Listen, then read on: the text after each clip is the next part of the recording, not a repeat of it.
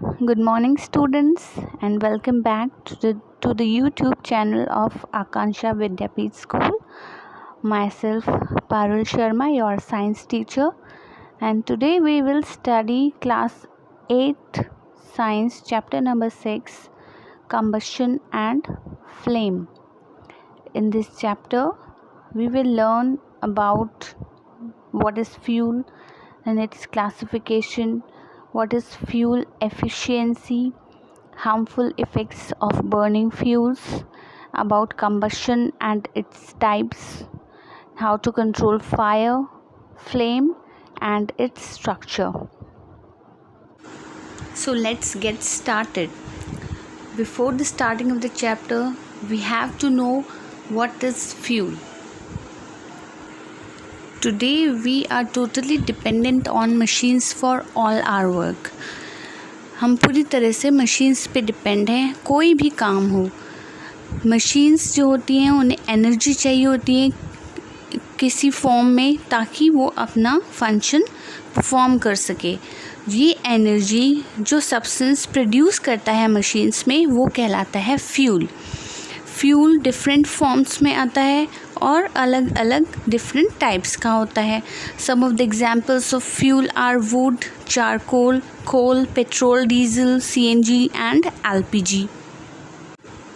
Fuel को हम अलग अलग बेसिस पे क्लासिफाई कर सकते हैं। For example, on the basis of occurrence, fuel are two types, primary and secondary fuels, and on the basis of physical state, fuels are of three types: solid, liquid and gaseous fuel. Now first we study about the types of fuels on the basis of physical state. First, solid fuel के example है wood, agricultural waste, charcoal, coal and coke, and liquid fuel includes petroleum, kerosene, alcohol and diesel, and gaseous fuel, natural gas, CNG and biogas. First, we will study about solid fuel. As the name suggests, solid fuels, the fuels which are solid in state are solid fuels. Examples are wood, agricultural waste, charcoal, coal, coke, cow dung cakes, etc. These are cheaper than the other fuels. Now next is liquid fuel. Liquid fuel के example है petroleum, kerosene, alcohol, diesel. Liquid fuels की fumes flammable होती है instead of that fluid.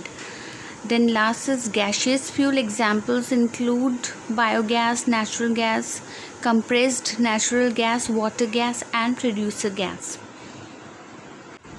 Gaseous fuels में mainly hydrocarbons होते हैं, जैसे methane, propane या हाइड्रोजन गैस या कार्बन मोनोऑक्साइड, या इन सभी गैसेस के मिक्सचर्स डिफरेंट प्रोपोर्शंस में। जो गैशियस फ्यूल्स होते हैं वो नेचुरल सब्सटेंसेस से बनते हैं, इसीलिए ये इम्पॉर्टेंट है हमारे लिए, और इसीलिए कुछ गैशियस फ्यूल्स के बारे में हमें पढ़ना चाहिए। First is LPG, the full form of which is liquefied petroleum gas. ये आप सभी जानते हैं, ये जो लिक्विफाइड पेट्रोलियम गैस है ये हमारे गैस सिलेंडर्स जो किचन में यूज़ होते हैं कुकिंग के लिए वही होते हैं। इसमें एक इथाइल मर्सेप्टिन ऐड किया जाता है ताकि लीकेज होने पे हमें आसानी से पता लग जाए। Next is compressed natural gas, CNG। ये पेट्रोल और डीजल के सब्स्टिट्यूट के रूप में इस्तेमाल की जाती है। ये ऑर्डरलेस होती है, पर इसमें भी इथाइल मर्सेप्टिन ऐड किया जाता है ताकि इस लीकेज का पता चल सके। जो प्राइमरी कंपोनेंट है CNG में वो होती है मीथेन गैस। जो नेचुरल गैस ऑयल वेल्स में से निकलती हैं उसी को कंप्रेस करके कंटेनर में भर दिया जाता है, इसीलिए इसे कंप्रेस्ड नेचुरल गैस कहा जाता है। Now next is water gas. ये कार्बन मोनोऑक्साइड और हाइड्रोजन गैस का मिक्सचर होती है, और ये भी natural materials like sewage, sawdust, scrap would और न्यूज़पेपर से बनाई जाती है।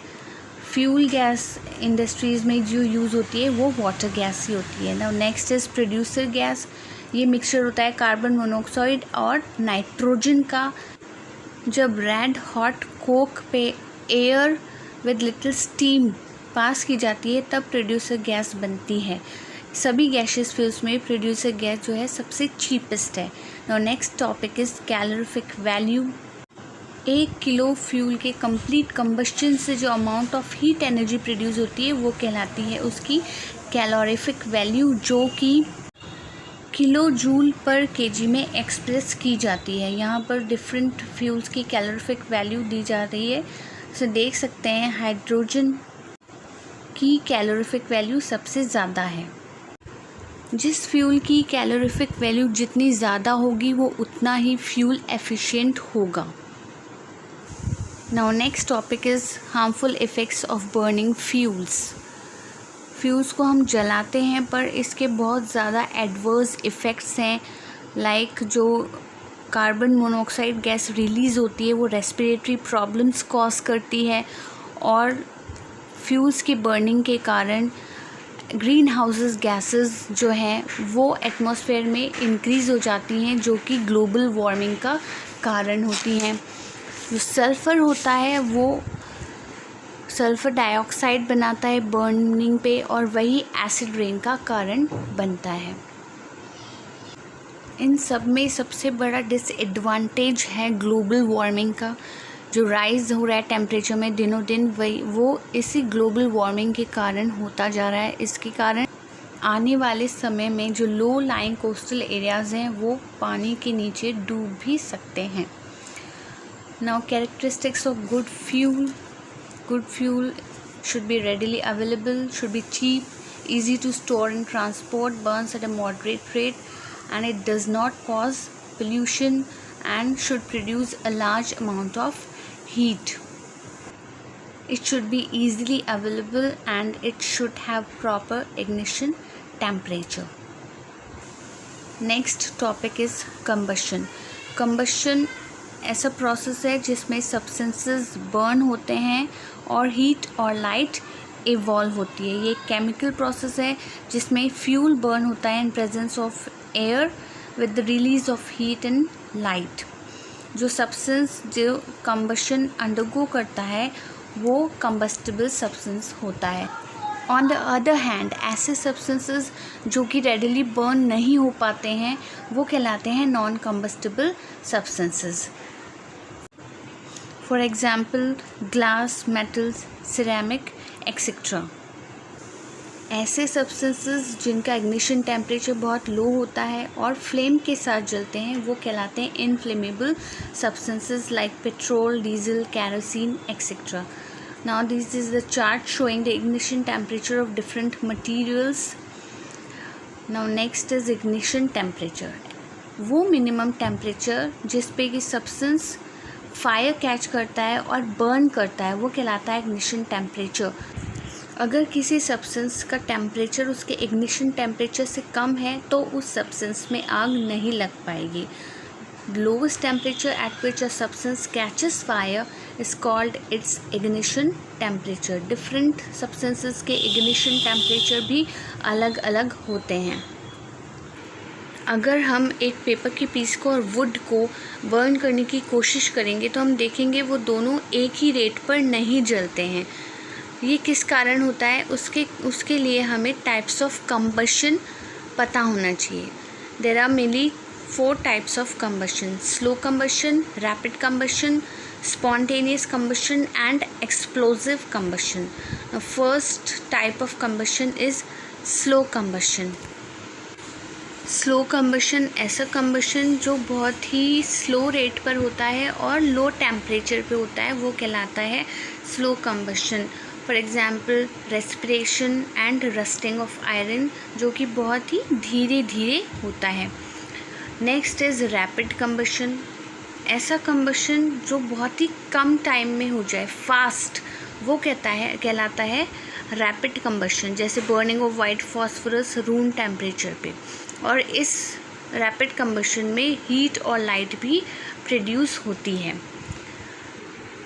ऐसे सब्सटेंसेस जो कि रैपिड कम्बशन शो करते हैं उनके एग्जांपल्स हैं cooking gas, spirit, petrol and camphor. Now next is spontaneous combustion. ऐसा combustion जिसमें मटेरियल में एकदम से फ्लेम प्रोड्यूस हो जाती है विदाउट एनी एपरेंट कॉज, वो कहलाता है स्पॉन्टेनियस कम्बशन. जैसे जो माचिस की तीली जो हम जलाते हैं वो स्पॉन्टेनियसली उसमें आग लग जाती है, that is example of spontaneous combustion. ये जो कम्बशन होता है ये मटेरियल के इंटरनल टेम्परेचर के कारण होता है. नेचर में इसके एग्जांपल्स मिलते हैं लाइक फॉरेस्ट फायर्स जो होते हैं और स्पॉन्टेनियस कम्बशन जो आग लगती है कोल माइंस में, कोल में. These are examples of spontaneous combustion taking place in nature. Now last is explosive combustion और एक्सप्लोजन.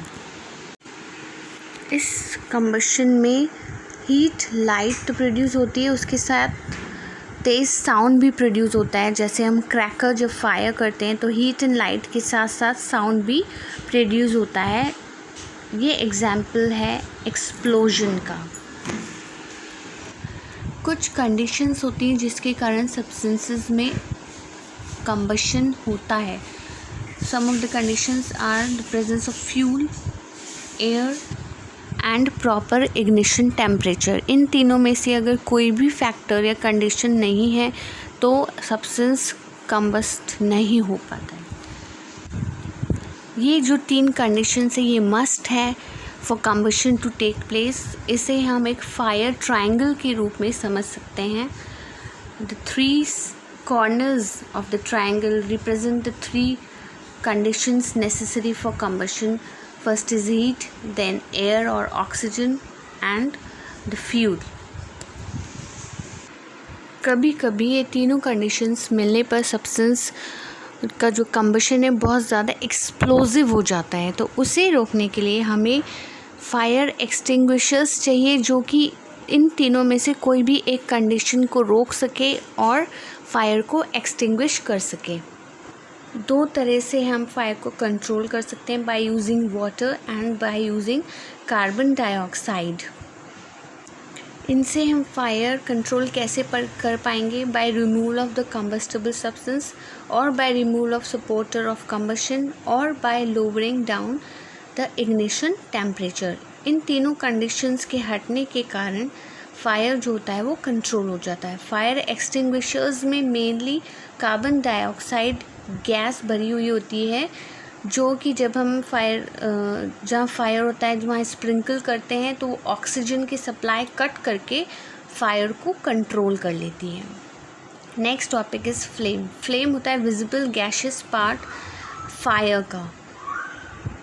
ये वो रीजन होता है जहाँ पे फ्यूल का कंबशन होता है.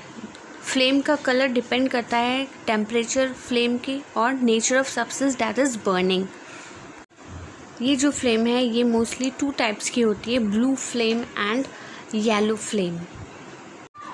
जब ऑक्सीजन की सप्लाई सफिशिएंट होती है तो फ्यूल कम्प्लीटली बर्न करता है, उससे ब्लू फ्लेम प्रोड्यूस होती है. और येलो फ्लेम जब ऑक्सीजन सप्लाई इनसफिशिएंट होती है तो फ्यूल जो है कम्प्लीटली बर्न नहीं हो पाता, दस producing yellow flame. Blue flame में ज़्यादा लाइट प्रोड्यूस नहीं होती इसीलिए उसे नॉन लुमिनस फ्लेम भी कहते हैं. और येलो लाइट में लाइट ज़्यादा प्रोड्यूस होती है इसलिए उसे लुमिनस फ्लेम भी कहा जाता है. फ्लेम का स्ट्रक्चर हम कैंडल फ्लेम के थ्रू अच्छे से समझ सकते हैं. जो फ्लेम का स्ट्रक्चर होता है वो डिवाइडेड होता है 3 जोन्स में, outer zone, middle zone and inner zone. Outer zone में कंप्लीट कंबशन होता है, मिडिल जोन में पार्शियल कंबशन और इनर जोन में इनकम्प्लीट कंबशन. कंबशन के बेसिस पे हम कैंडल फ्लेम को 4 पार्ट्स में डिवाइड कर सकते हैं. Blue zone, non combustion zone, complete combustion zone and zone of incomplete combustion. The diagram showing the structure of a candle flame, the outer zone which is blue in color, it is a non-luminous zone, then middle zone, luminous zone and inner zone which is black in color in which unburnt wax vapors are present. जो inner zone होती है वो least hot होती है, middle zone is moderately hot and the outer zone it is the hottest part of the flame. Now first is blue zone, इसमें oxygen की surplus supply होती है, फ्लेम क्लीन और ब्लू होती है और इसमें कंप्लीट कंबशन होता है फ्यूल का। Next to this is zone of complete combustion, ये फेंटली विजिबल होती है और हॉटेस्ट जोन होता है क्योंकि यहाँ पर भी कंप्लीट कंबशन होता है फ्यूल का। Now next to this is luminous zone और जोन ऑफ इनकम्प्लीट कंबशन, ये ब्राइट येलो कलर का होता है और इसमें ऑक्सीजन की इनसफिशिएंट सप्लाई होती है, सो कंप्लीट बर्निंग नहीं होती है, सिर्फ पायरोलिसिस कंटिन्यू होता है और लार्ज कार्बन पार्टिकल्स इसमें प्रोड्यूस होते हैं। Then next zone of non combustion, pyrolysis या क्रैकिंग ऑफ फ्यूल होती है इसमें क्योंकि ऑक्सीजन सप्लाई बहुत शॉर्ट होती है। अगर आप कैंडल की फ्लेम को ध्यान से देखेंगे तो आप जोन्स ऑफ फ्लेम अच्छी तरह से समझ सकते हैं। थैंक यू स्टूडेंट्स, इस चैप्टर में इतना ही है। Will be back soon with the next video. Till then keep focused and keep studying hard and do take good care of yourself.